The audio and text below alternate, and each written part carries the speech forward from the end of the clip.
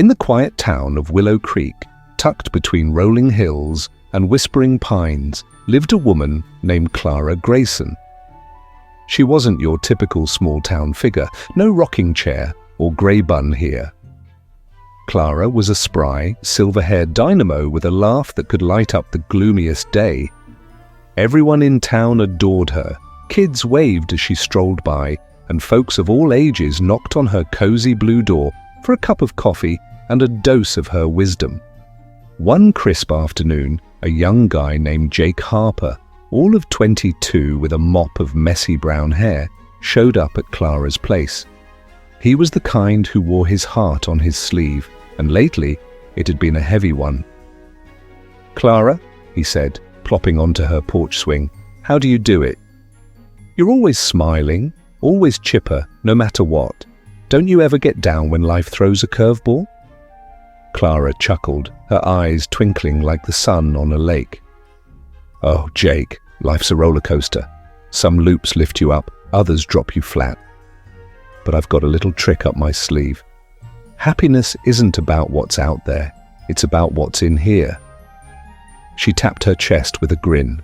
Jake frowned, kicking at a pebble. "That sounds nice, but I don't get it. How do you stay happy when everything's falling apart?" Clara leaned back, her gaze drifting to the horizon. "Let me tell you a story, kid. Back when I was your age, I had it all. Well, not fancy stuff, but the good stuff. A sweet husband named Tom, 2 wild little boys, and a tiny house with a leaky roof we called home. We didn't have much cash, but we had laughs, tons of them. Then one winter, Tom got real sick, a nasty fever that wouldn't quit. We scraped every penny, begged favors, but medicine? Out of reach. He slipped away one snowy night, and I swear, Jake, it felt like the world cracked open under me. I sobbed till I couldn't breathe, convinced I'd never smile again." Jake's eyes widened, glued to her every word. "So what changed?" he pressed. "How'd you climb out of that?" Clara sipped her coffee, then set it down with a soft clink. Time passed, and I saw my boys, those rascals, looking at me with big scared eyes. They needed their mum, not a ghost. I couldn't bring Tom back, no matter how much I cried. So I made a choice. I started hunting for little sparks of joy, even in the mess.